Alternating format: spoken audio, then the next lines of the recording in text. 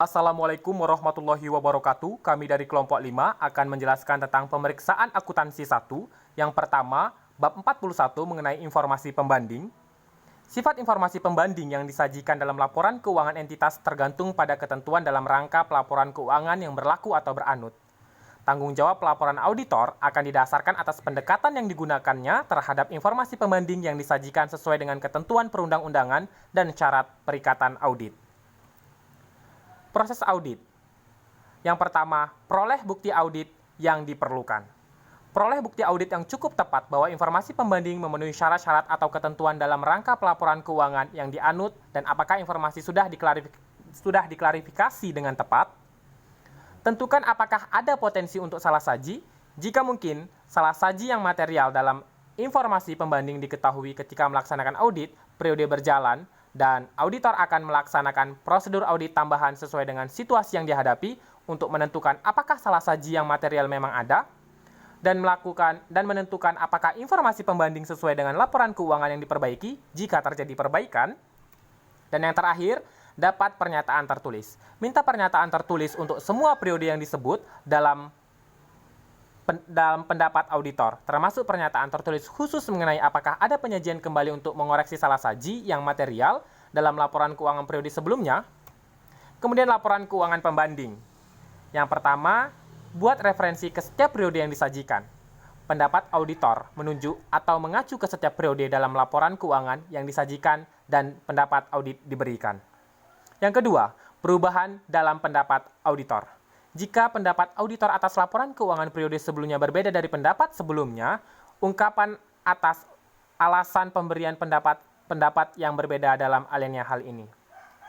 Kemudian yang ketiga, provide figures audited by another firm. Di samping memberikan pendapat atas laporan keuangan periode berjalan, nyatakan dalam alinea hal ini, jika laporan audit pendahulu diterbitkan kembali atau reshoot dengan laporan keuangan tersebut. Kemudian yang keempat, apakah penyajian kembali diperlukan? Jika ada salah saji yang material yang berdampak pada laporan keuangan periode sebelumnya, pada auditor pendahulu memberikan WTP, komunikasi salah saji tersebut dapat manajemen pada tingkat yang tepat dan TCWG. Dan yang kedua, meminta auditor pendahulu informasikan mengenai salah saji tersebut. Yang kelima, periode yang lalu tidak dianut. Nyatakan dalam alinea hal ini dalam laporan auditor bahwa figur terkait tidak diaudit. Namun pernyataan itu tidak membebaskan auditor untuk memperoleh bukti audit yang cukup dan tepat bahwa saldo awal tidak mengandung salah saji yang berdampak material terhadap laporan keuangan periode berjalan. Kemudian bab 42 mengenai audit terpadu, pra-pendekatan terpadu. Tujuan akhir audit adalah memberikan opini auditor mengenai kewajaran penyajian laporan keuangan yang diauditnya. Tujuan akhir ini tidak berubah sepanjang masa meskipun istilah yang digunakan dalam perumusan ataupun opini berubah. Sebelum pendekatan terpadu yang dikenalkan Arens dan rekan-rekannya, audit dilakukan akun demi akun, mulai dengan seluruh akun laporan posisi keuangan sampai seluruh akun laporan laba rugi. Kemudian pendekatan terpadu. Arens dan rekan-rekannya memperkenalkan pendekatan terpadu di mana audit dilakukan menurut siklus-siklus yang ada. Setiap siklus berisi jenis transaksi tertentu yang mempengaruhi beberapa akun terkait. Contoh siklus dalam perusahaan perdagangan, siklus penjualan dan penagihan, siklus penggajian, siklus pengadaan dan pembayaran, siklus persediaan barang dan penggudangan, siklus pengadaan kapital modal atau hutang jangka panjang dan pembayaran kembali.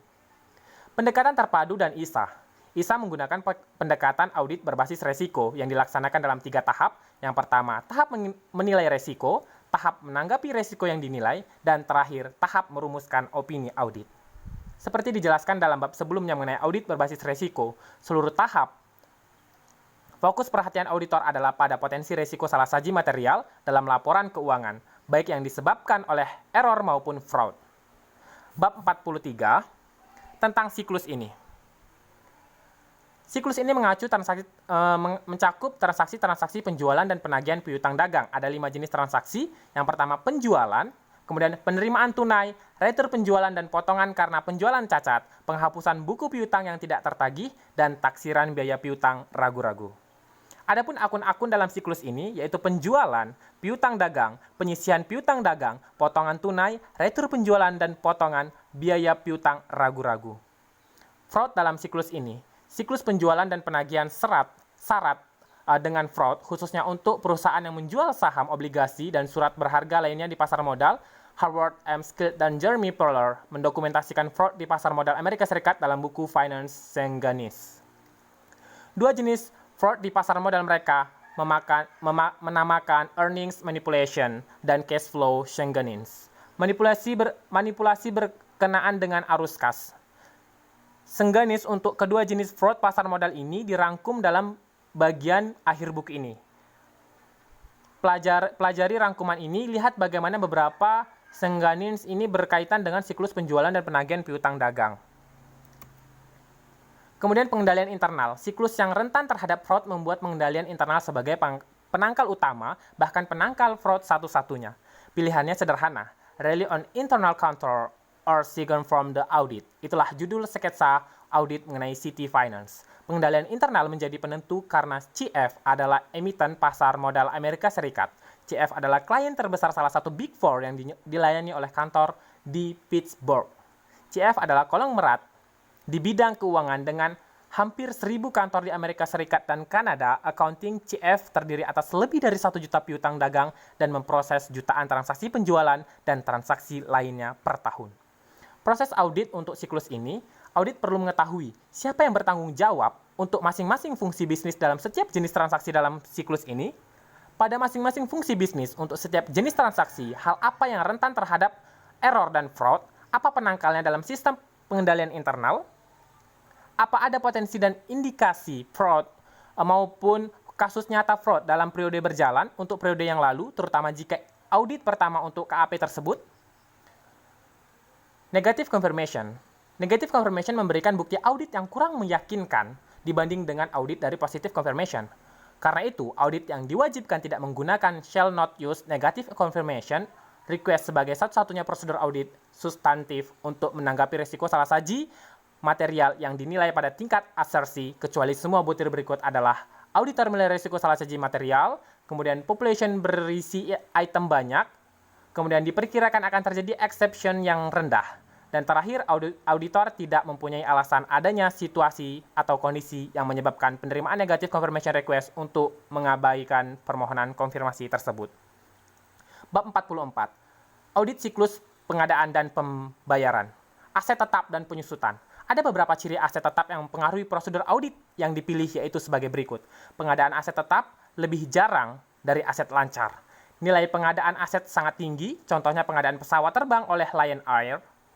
Kemudian aset tetap seperti peralatan besar dicatat dalam catatan accountingnya yang disimpan untuk waktu yang lama.